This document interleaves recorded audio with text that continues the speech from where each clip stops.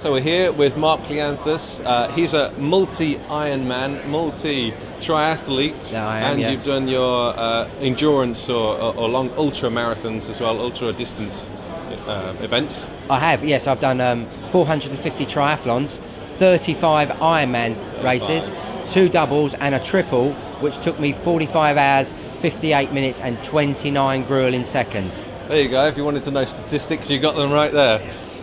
We're talking to Mark today because he's a professional athlete. I am. He periodises his training every time he's competed for an event, and fundamentally it's important to take recovery as well. Have you got tips for our instructors to understand what the signs and symptoms are of overtraining? I have, and there is a fine line between, overreaching and overtraining, and end up falling down that precipice, and you're just absolutely exhausted.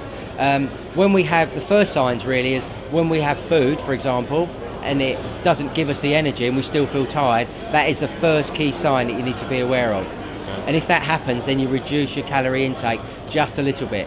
And if you crash and burn, or you get really tired, then you're almost on the zone of actually overtraining. Okay. And overtraining takes weeks, months, and in some cases it can take a year to actually recover from. Okay. Yeah. Nutrition doesn't satisfy you, and you're still permanently hungry, you're either eating the wrong type of food, too much carb, and your body's craving protein, so you're still hungry, or more importantly, the energy is going to the muscles, but they're so depleted, you're just not recovering, and then you're going to overtrain, and then you're not going to be able to work, and then you're not going to earn any money, and it's a vicious downward spiral. So it's almost like monitoring how much food you're consuming as well. If certain days you're feeling hungrier than others, could that possibly be a sign of overtraining then? Yes, it can. And if you actually eat too much food in one particular sitting and it sends you to sleep unusually, or it really makes you sluggish, the body is under so much stress to recover from the training, and then you're giving it this food that it's got to digest.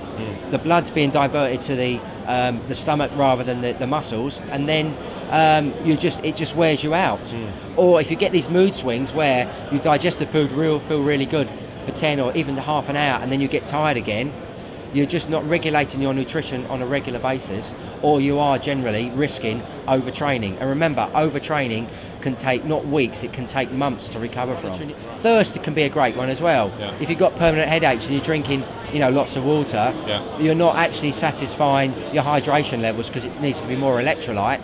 But more importantly, the body often needs more fluid, because it's trying to get the kidneys working a bit quicker to try and excrete any waste products, because deep inside, you are fatigued. Achy bones, achy joints, constant headaches. That's not necessarily dehydration.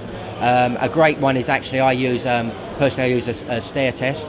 So basically, in the morning or after a session, you walk up and down. It has to be between 40 and 60 steps. You walk up and down nice and slowly, and you just have a little spreadsheet or on your phone a few key points, and they are basically: is it my breathing today that's being affected when I walk up and down? Because it shouldn't be. We're just walking up and down 40 or 60 steps.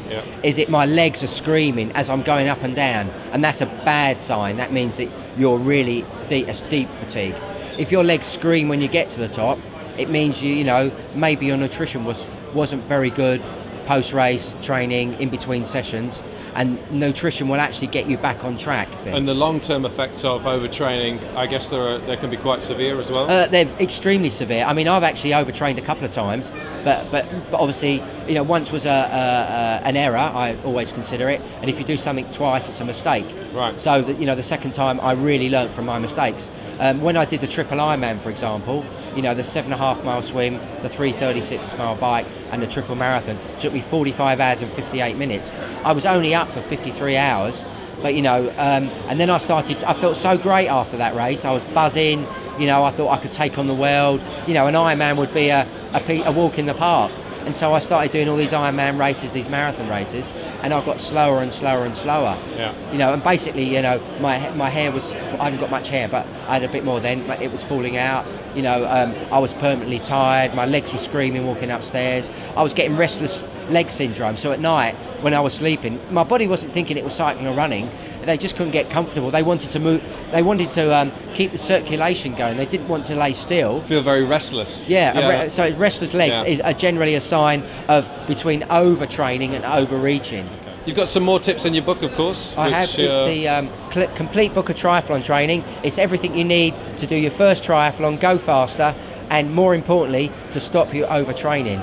There you go. Great tips there inside the books from Mark.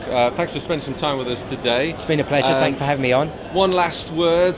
What advice would you give to the instructors who are experiencing the symptoms we've talked about today, but are still concerned that if they stop, they're not going to earn the money? What would you say to them? Just be really, really careful. It's better to have 1 or 2 easy days, back off, and try and incorporate some rest and recovery. Sit down as much as you can.